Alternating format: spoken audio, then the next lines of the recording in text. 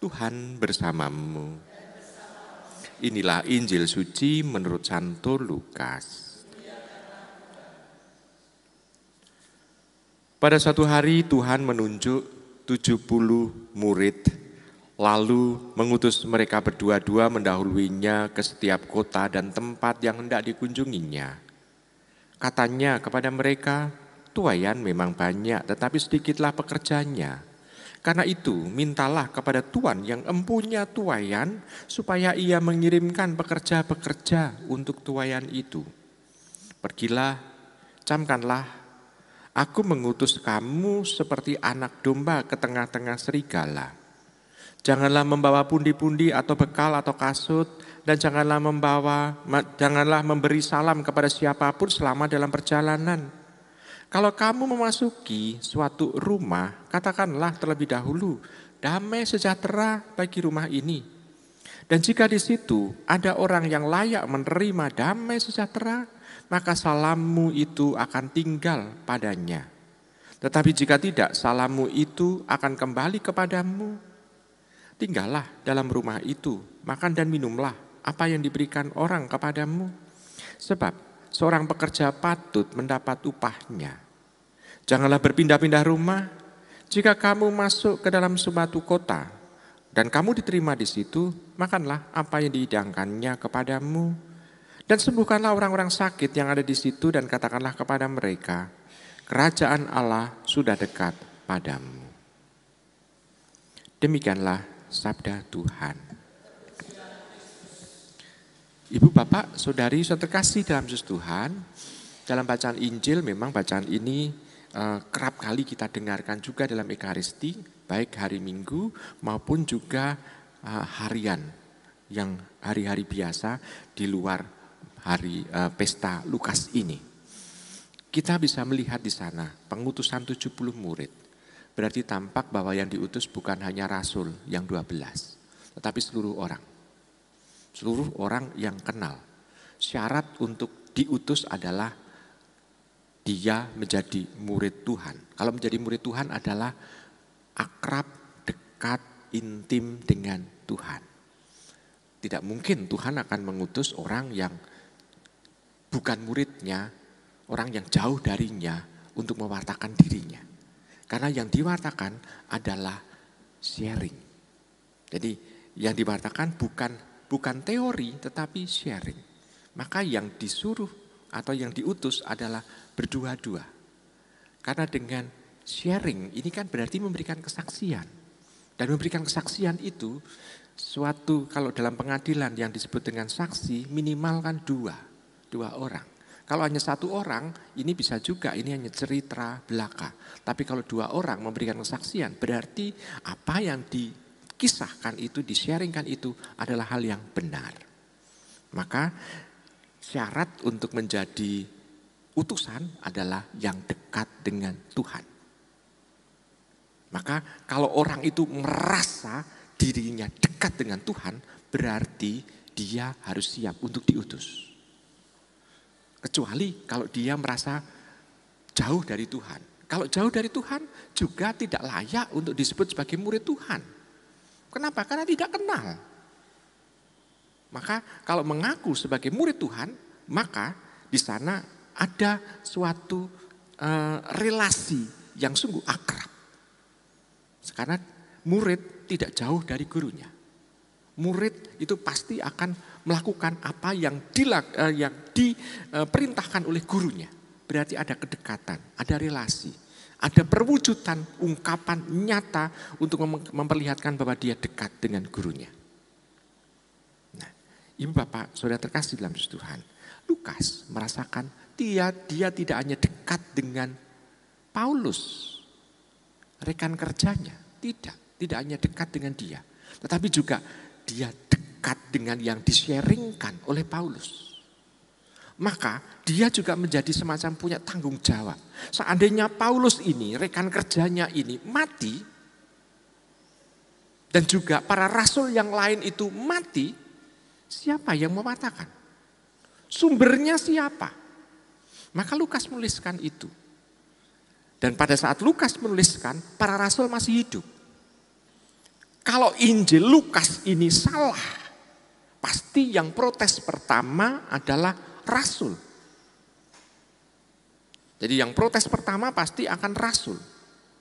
Jadi kalau kebetulan Injil-Injil kita, 4 Injil kita ini adalah 4 Injil dari abad pertama, masih dekat dengan Tuhan Yesus mikrat ke surga, atau masih dalam situasi para rasul masih hidup. Nah, kalau Injil-Injil, 4 Injil itu salah kabeh, ada pengajaran yang keliru, pasti yang protes pertama adalah para rasul.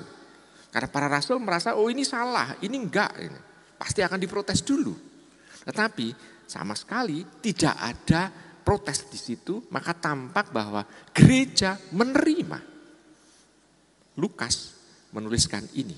Dan Lukas sadar bahwa pekerjaan dia sebagai tabib itu bukan sebagai pekerjaan yang tidak bisa diganggu gugat. Dia bisa melihat bahwa Tuhan menghendaki apa. Ternyata Tuhan menghendaki supaya dia menuliskan kisahnya. Dan kisah yang berdasarkan sharing dari para rasul. Nah, sekarang ini kan kisah Lukas. Sekarang kalau kisah kita gimana? Kita mengaku sebagai murid Tuhan. Kita merasa dekat dengan dia. Tapi kadangkala pada saat kita diutus, kita merasa gak layak. Gak pantas.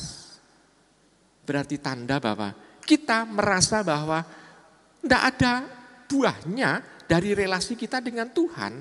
Karena merasa tidak pantas. Padahal kalau diutus itu pasti diberi kuasa Tuhan, wibawa Tuhan. Itu diberikan kepada kita. Berarti kalau kita merasa tidak bisa, berarti tanda bahwa kita menyepelekan kuasa Tuhan itu yang diberikan kepada kita. Karena apa? Karena kalau kita diutus, kita dimampukan oleh Tuhan untuk melakukannya. Bukan karena hanya talenta yang kita punya yang bekerja, tetapi juga kuasa Tuhan bekerja dalam diri kita. Dengan kita diutus, kita tetap harus membuka pada penyelenggaraan Tuhan, dan Tuhan sendirilah yang akan memampukan kita untuk melakukan sesuatu bagi dirinya. Ibu, Bapak, Saudara, saudara kasih dalam Yesus Tuhan. Dengan demikian, kita diharapkan tidak pertama-tama, oh saya belum cukup ilmunya. Bukan. Karena Roh Kudus sudah dikaruniakan kepada mereka yang diutus. Sehingga Roh Kudus yang memampukan orang itu. Kalau kita mengatakan, oh saya tidak bisa berbicara. Roh Kudus sendirilah yang akan memampukan kita untuk bisa berbicara.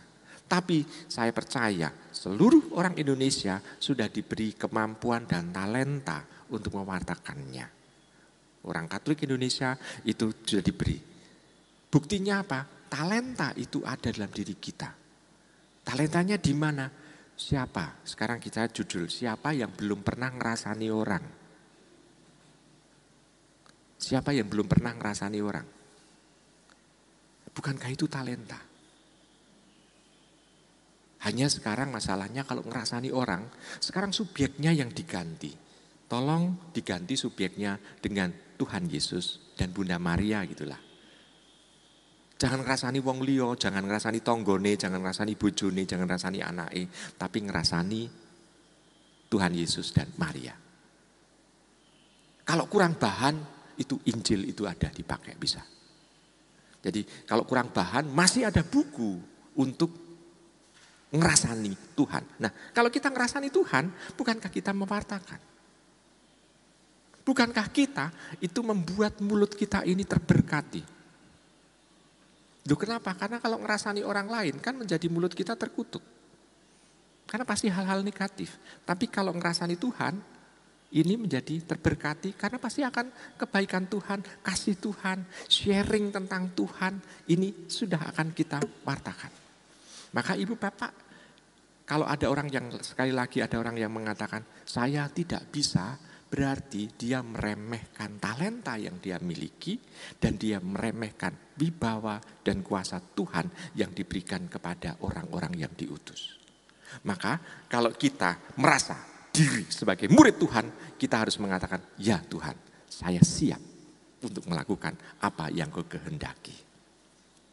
Maka ibu bapak saudara yang terkasih dalam Tuhan, di sini kita bisa melihat bahwa pekerja Tuhan itu adalah sebetulnya adalah seluruh orang yang mengaku sebagai murid Tuhan.